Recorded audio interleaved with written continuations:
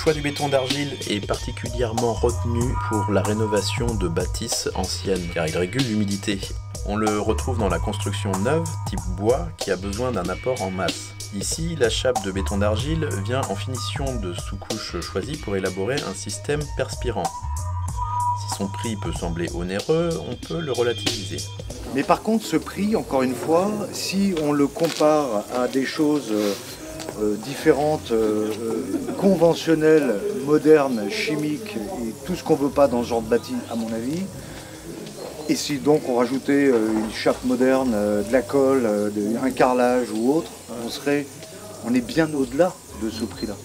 On va être sur du 180 à 200 et quelques en fonction du choix du carrelage. Ouais. Là, l'idée, c'est qu'on a un sol perspirant, minéral, qui est agréable à vivre, qui va emmagasiner la chaleur, la restituer en fonction du besoin de l'habitat. Là, en plus, il se trouve qu'il y a un plancher chauffant hydraulique qui va gagner lorsque j'éteins le chauffage, parce que j'aurai emmagasiné réellement et efficacement la chaleur pour la restituer lentement dans mon habitat. Stocker puis restituer est donc ce que vous pouvez attendre en premier lieu de ce matériau ancestral. Cette inertie corrige notamment l'humidité des anciennes bâtisses pour les rendre confortables à vivre hiver comme été.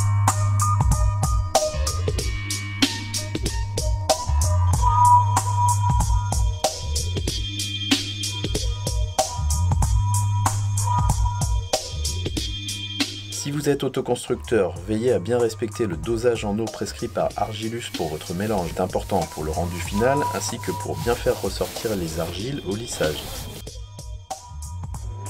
C'est cet outil qu'on va utiliser pour lisser, qui s'appelle une liane ou une flamande, pour venir fermer complètement la porosité de cette chape de béton d'argile.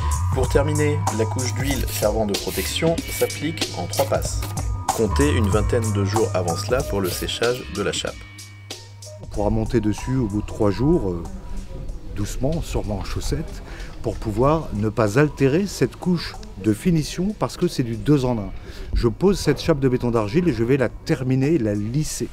Et ce sera fini.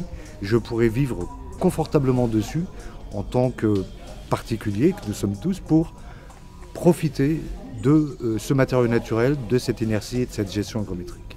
On pourra remettre 5-10 ans après, selon l'affluence ou le trafic de cette chape, un petit peu d'huile de protection pour renourrir et protéger et rendre anti-tache cette chape.